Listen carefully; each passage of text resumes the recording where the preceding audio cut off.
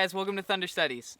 Today we are talking about Noah, but mostly the covenant that God gave Noah afterwards. So, for those of you that don't know who Noah was,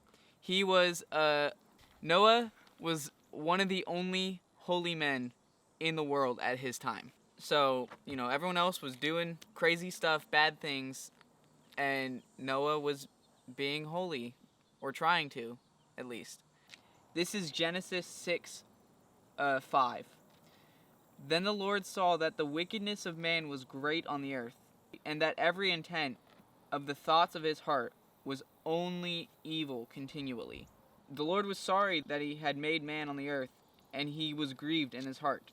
So he was sad that his children, his people, were evil. Had not chosen him, they chose other things of the world. Yeah.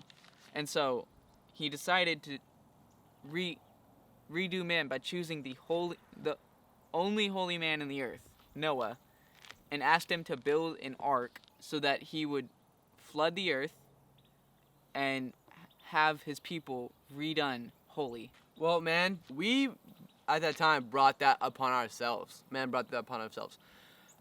did not choose God. Man ravaged the earth or wherever they were at the time, and just really, really horrible things happened. God looked down and was sad. We were not doing anything, so God took Noah and he chose him out of this evil group, right? And Noah was an upright man who looked for God, right? And he upright man. All the other ones were upside down. Just walking around on their hands. Noah was a man after God's own heart, and he was one of the only holy men, like Salem said, at the time. And so everybody else was pretty much going to die because they're all killing each other and having this war, or I don't know what was necessarily going on at the time, but bad things were happening. They were kind of already killing each other off. So God gives Noah a couple hundred years to build this, because a couple hundred years, people lived a long time back then, and to build this ark, and he flooded the earth and destroyed everything that was evil on there, and preserved Noah and his sons' wives, and the animals that came on the ark. It preserved what was holy left on the earth, and from there on, he after the flood happened and the 40 days and 40 nights of raining happened, and then the flood subsided, God gave the covenant of the rainbow. Genesis 9:15. And I will remember my covenant, which is between me and you and every living creature of all flesh. And never again shall the water become a flood and destroy all flesh.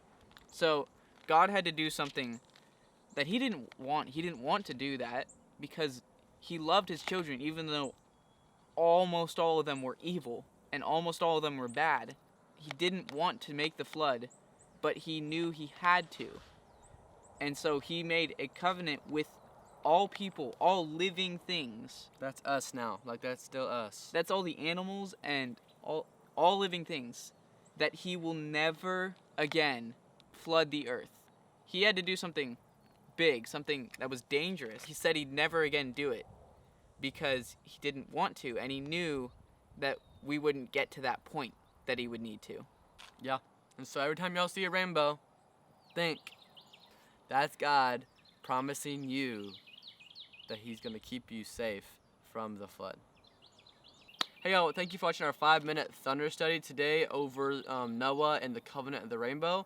We hope y'all enjoyed. If you did, please like and subscribe and leave a comment on what other Bible verses or stories that you enjoy that you'd like to see us cover. See y'all. Bye.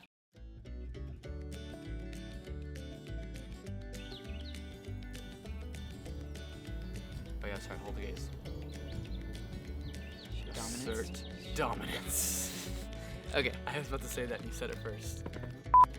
That's God telling us, it's not Russell Crowe. Wait, no. You're lying. You can't. No. I hate to break this to you. That's God's promise. That's God's promising us. We